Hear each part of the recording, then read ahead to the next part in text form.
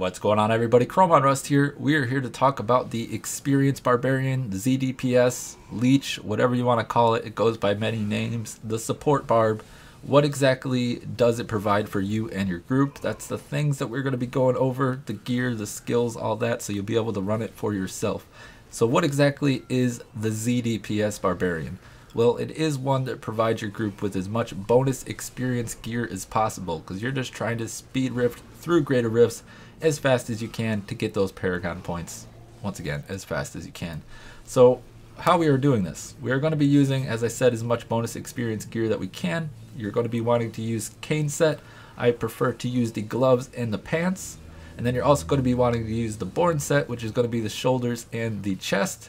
Really, the stats that you go for, you just want as much tank stats that you possibly can fit on your gear. We'll be going over a couple other things as well, because you do want to get some cooldown reduction for this build. Now also, you're going to be able to use low level canes. So we have the level 70 canes in the gloves and the pants, and then for the helm and the boots, we are using the level 23 canes. And once again, the reason that you do this is for the 3-piece set bonus, which is going to increase your bonus experience by 30%. Now you can see here that each one of these pieces of gear, I'm only using 2 in the set. Same thing with Borns. The way we are going to be able to do that and still use the rings that I am using is going to be through Kanai's Cube. Kanai's Cube is very powerful. If you don't know exactly how it works, well, I would recommend checking out a video or just having someone fill you in on what exactly is going on. But you're going to be wanting to use the Royal Ring of Grandeur in your cube. You're going to also be wanting to use the Yorick's Crown. And then the weapon slot is definitely, I would say, optional, but there are some good choices. You could use something like a Vigilance. You'll see some support monks using this. Definitely nothing wrong with using that. Wall of Man's good. Thunder Fury and the Butcher's Sickle are probably, you know, like the 4 that I would use are going to be pretty much on this page. And actually, the Burning Axe of Sandkiss. So like these 5 right here. And if we kind of scroll over, really a lot of the other ones are not going to be providing too much utility. You could use an Ingium if you're just really speed clearing. The Selenium would also be good if you needed some additional health globes. Just something that is going to be supporting or just making you more tanky is what you're going to be wanting to use. So that's Kanai's Cube. Those are the ones that I choose to use. And the reason, of course, that you're using Loric's Crown is for the increased bonus experience, because you're going to be wanting to use a ruby in the socket of your helmet. So once again, we got the Borns, chest and shoulders. We got canes, which is the gloves and the pants, and then the low level canes, which is going to be the helmet and the boots. And then the rest of the pieces. We have the Hellfire Ring. Of course, it's going to be, once again, bonus experience. Make sure that you do craft one of these up. And then the belt slot. The Pride of Cassius, that is going to definitely be mandatory. Increase the duration of Ignore Pain by 6 seconds. We're going to be getting into the skills. This belt is very important, especially when you're playing in hardcore. And the reason that I like to use this gear setup, because there are many support barbarian gear setups, but this is the one that I have found that is going to give you the highest potential to keep Ignore Pain on your group. Because in a support build, any support build is all about your team. It's not about you, it's getting your team through the rift as fast as possible, providing them with as much damage bonus and as much safety that you possibly can. Now the other ring is going to be the Obsidian Ring of the Zodiac. This is going to be the ring that is really making all this gear possible. Without it, you need to stack a ton of cooldown reduction on your gear. It's just a completely different gearing setup, but if you use the Obsidian Ring of the Zodiac and the low level canes, you're actually not going to be sacrificing any bonus experience. Now for the bracers, Nemesis bracers or strong arm bracers, I'm sure I have some of them in my stash here. Really, it's whatever your group wants you to use. You know, as I said, it's all about your team. It's not really about you. You get into the higher difficulties, Nemesis bracers may not be what you're wanting to use. Some groups like it though. It really just depends. Or you could just use the strong arm bracers and you're going to be giving some, once again, bonus damage increase. Now for the weapons, we're using Bolt Kathos. You want cooldown on your weapons. You're going to want to make sure that you have them on both your weapons. Then you're going to be using the Obsidian Ring of the Zodiac, which is going to have cooldown on there, and that's honestly all the cooldown that you're going to need on your gear. But if you do choose to get one additional slot with cooldown reduction, you're actually it's going to make it a little bit more fluid of a build. It's going to make it a little easier for you to keep your Ignore Pain buff on your allies. Without this cooldown reduction though, it is definitely possible, and you're going to want to cool down your Paragon points as well, but without this additional slot, you're still going to be able to keep permanent Ignore Pain up, even if it's a single target boss or something like that. So really, you just have to have the 3 slots, but if you do go for that 4th slot, as I said, it is just going to make it a little bit more fluid, and it's going to make it a little bit easier on you. You're going to be running these hundreds at a time, and you're going to want to be able to slack off just a little bit and make sure that you know you're still keeping your group safe. So dropping just a little bit of survivability to make sure that your team is all good. That's what I've been preferring to do. The amulet slot, Hellfire Amulet, is definitely a good option, or you could go with something like a Star Azkaranth or just the Arcane Immunity Amulet. Those would all be very good options. Now for the gems. Gems that I prefer to use, Molten Wildebeest Gizzard. Just a bunch of regeneration. This gear doesn't really have any sustain on it. It has a bunch of toughness stats, but it does not really have much sustain. So using the Molten Wildebeest Gizzard for that, it also synergizes very well with your support monks. So that's just something to keep in mind. Esoteric Alteration. This is really nice. It's not going to it's going to make it so you don't have to worry as much about the arcane. If you hit them, fine. If you get hit by a molten, fine. You're not going to proc. You know, if you get hit by multiples, obviously, yes, dangerous things can happen. And then the last gem here, of course, you're always going to be wanting to run a gem of Efficacious Toxin. The reason for that is, once again, just support the team. Give them a 10% multiplicative damage bonus. The other gem options, you could use something like Mutilation Guard. It's not too bad. You could also try a Moratorium. I haven't experimented with this too much, but I do think it has some pretty decent potential. But it's one of those things, the trade-off is going to be this is going to still drop the damage on you. It's just going to reduce it's going to increase the duration that it takes for that attack, you know, to completely dish all of its damage on you, whereas something like an Esoteric Alteration is just going to reduce the damage. So it's really, the choice is kind of up to you. Taeguk, also good for increased armor, or if you really are lacking a ton of cooldown, you could go with the Gogok of Swiftness. So that's pretty much the gear there.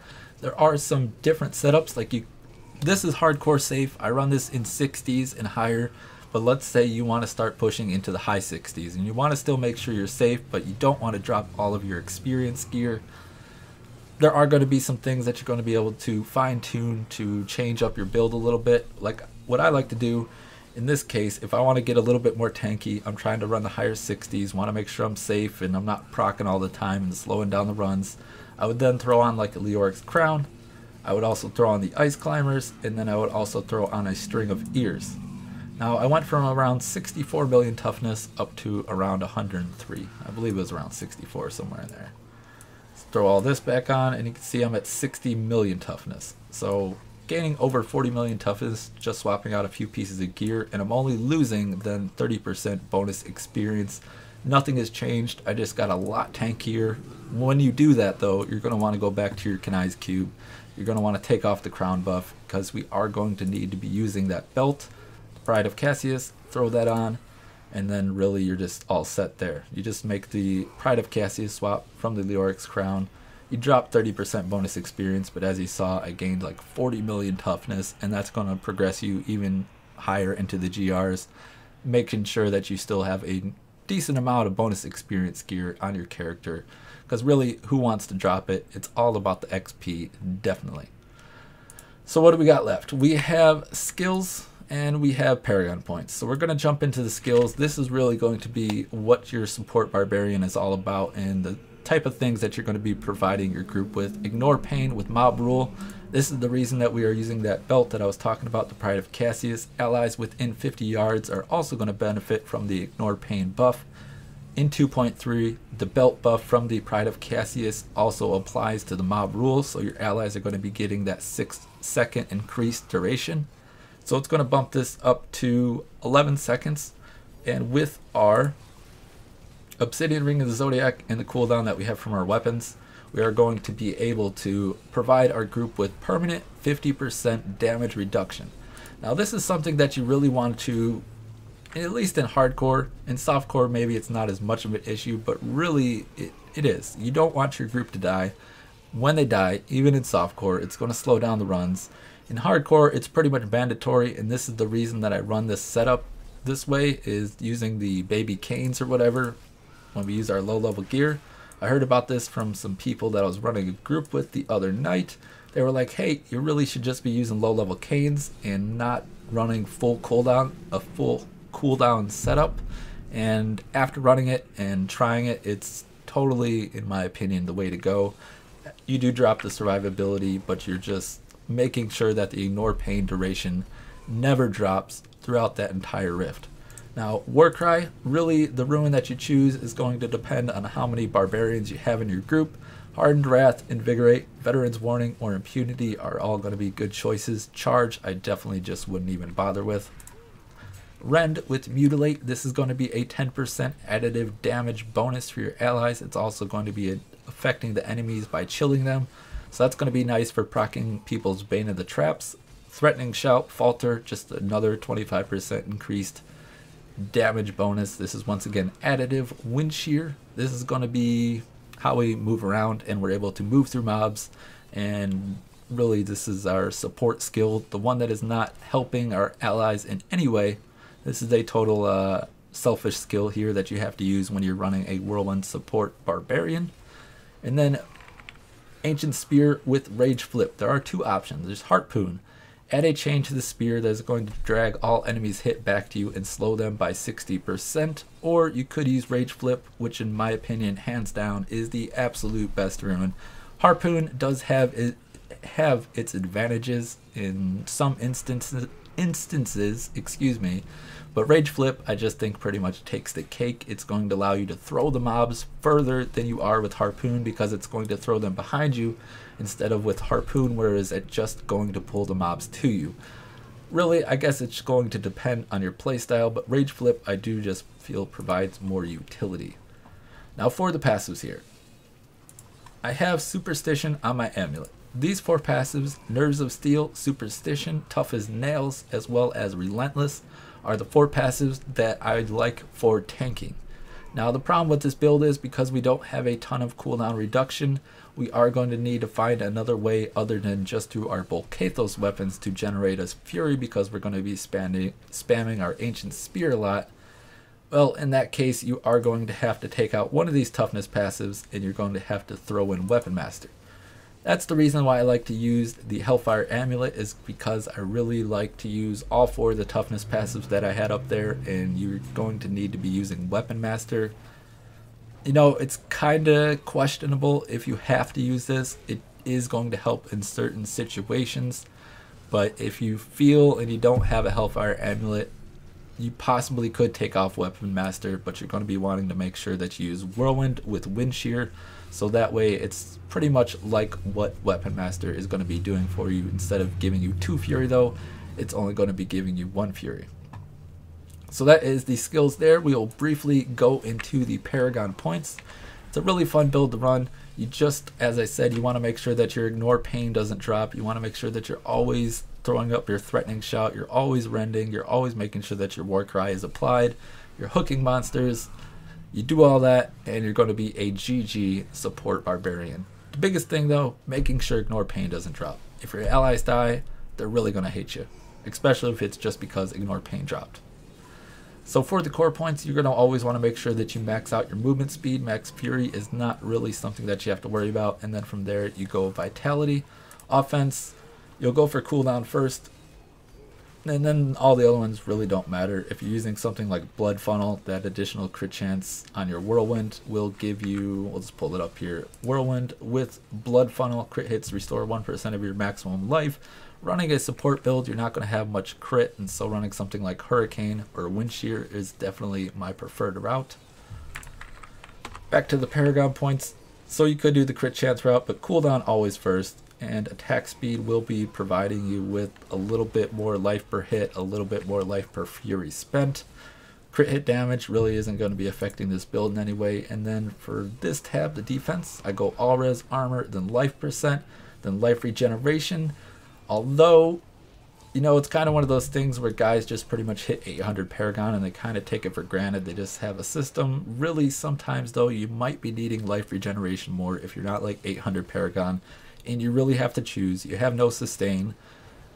Now, you do have a healing monk most of the time running with you, so you're probably not going to need the life regeneration. But if you are playing a support barbarian and you're not always staying with the group, sometimes you are going to hit and going to get hit, and having that a little bit of additional sustain is going to be nice. In addition to that, that life regeneration is going to be applying to the additional shield that we're going to be getting from our Molten Wildebeest Gizzard. So, you know, really the kind of choice is yours on what you're going to be needing. But I would say sustain stats first, all res and armor, and then just life percent, which is going to allow you to take, you know, bigger hits. That's not going to reduce the damage that you take to buy those bigger hits, but then life percent and then life regeneration. Utility, as we wind down here, resource cost reduction, life on hit, both very good. Whichever one you're going to be needing more, I would say resource cost reduction is going to be the most important. Then life on hit. Really, you don't need area damage at all, so then you'll be going for some gold find. So that is the support barbarian that I have been preferring to use. It's a lot of fun. I've been having fun running this build. Go ahead and try it for yourself. This is the gear here. These are my stats. I'll just throw them up for you one more time. But as I said, just making sure that your ignore pain doesn't drop, making sure you're keeping mobs debuffed, you're making sure you keep your allies buffed, you're going to be sitting pretty and speed rifting 60s or whatever in no time. And that's another thing. If you're pretty under geared, you have low Paragon or anything like that, you're not going to be able to provide a lot of damage. Maybe set yourself up with a support build, and that way you're going to be able to farm up some Paragons, get a bunch of gear. Just make sure, as I keep stressing, that the ignore pain does not drop on your allies. That is a very important task for you to be managing. That's really what it's all about in the hardcore. Don't drop the ignore pain. I know I keep stressing it. Well, that's going to be it for me. I am ChromeOnRust for Core Expert Gaming. Thanks for stopping by the channel. Like, subscribe if you would. I'm out of here, and you all have a great day.